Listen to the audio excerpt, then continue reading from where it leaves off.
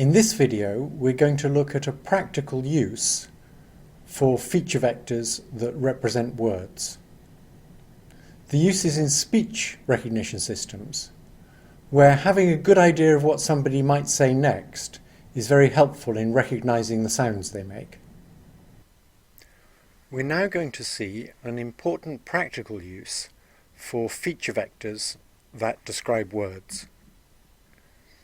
When we're trying to do speech recognition, it's impossible to identify phonemes perfectly in noisy speech. The acoustic input just isn't good enough. It's often ambiguous. There may be several different words that fit the acoustic signal equally well. We don't notice this a lot of the time because we're so good at using the meaning of the utterance to hear the right words.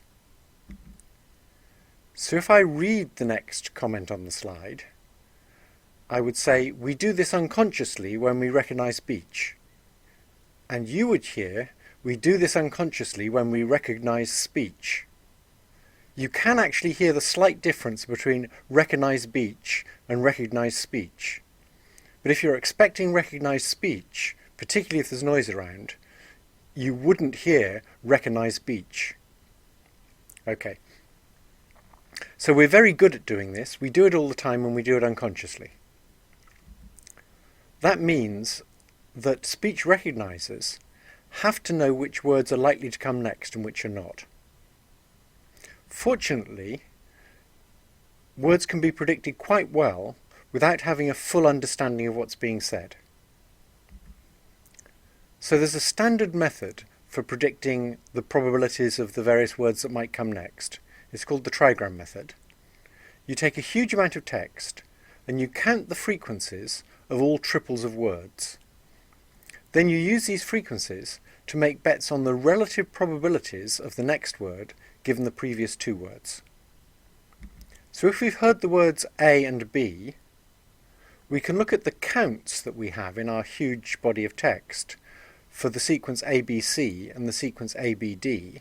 We can say that the relative probability that the third word will be C versus the third word will be D is given by the ratio of the two counts, ABC and ABD.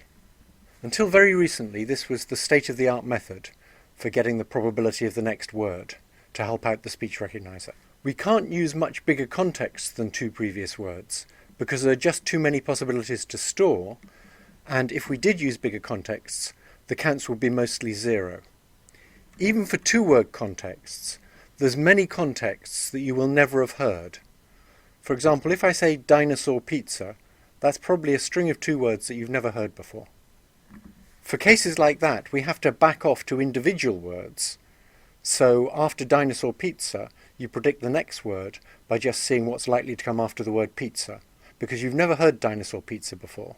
What you mustn't do is say that probabilities are zero just because you haven't seen an example.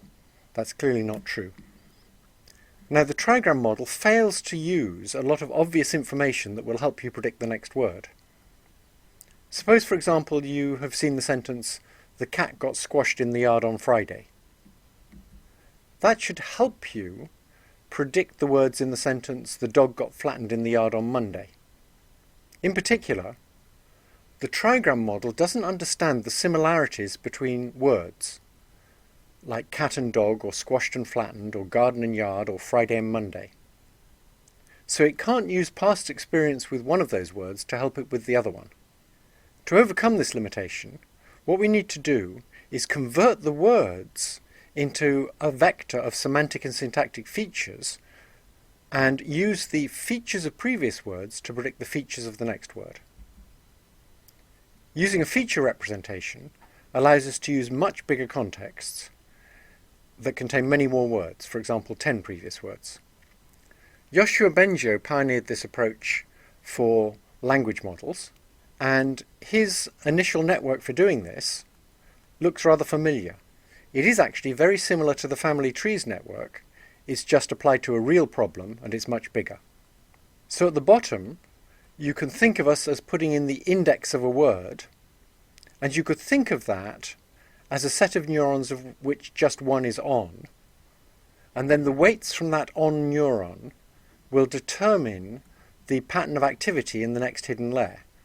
And so the weights from the active neuron in the bottom layer will give you the pattern of activity in the layer that has the distributed representation of the word, that is, its feature vector. But this is just equivalent to saying you do table lookup. You have a stored feature vector for each word, and with learning you modify that feature vector, which is exactly equivalent to modifying the weights coming from a single active input unit. After getting distributed representations of a few previous words, I've only shown 2 here, but he would typically use, say, 5, you can then use those distributed representations via a hidden layer to predict, via a huge softmax, what the probabilities are for all the various words that might come next. One extra refinement that makes it work better is to use skip layer connections that go straight from the input words to the output words, because the individual input words are individually quite informative about what the output word might be. Bengio's model was actually slightly worse than trigrams at predicting the next word, but it was in the same ballpark, and if you combined it with trigrams, it improved things. Since then, these language models that use feature vectors for words have been improved considerably, and they're now considerably better than trigram models. One problem with having a big softmax output layer is that you might have to deal with 100,000 different output words, because typically in these language models, the plural of a word is a different word from the singular, and the various different tenses of a verb are different words from other tenses. So each unit in the last hidden layer of the net might have to have 100,000 outgoing weights, and that means we can only afford to have a few units there before we start overfitting. That's not necessarily true. We might have a huge number of training cases. So some organisation like Google might have so much training data that it can afford to have a very big softmax layer. We could try and make the last hidden layer small so we don't need too many weights, but then we have the problem that we have to get the 100,000 probabilities of the various words that might come next fairly accurately right. It's not just the big probabilities we need. A very large number of words will have small probabilities, and the small probabilities are often relevant. It might be that the speech recognizer has to decide whether it's 2 different rare words, and then it's very relevant which of those is more common in the context, even though both of them are pretty unlikely. The question is there a better way to deal with such a large number of outputs? And we'll see several different ways of doing that in the next video.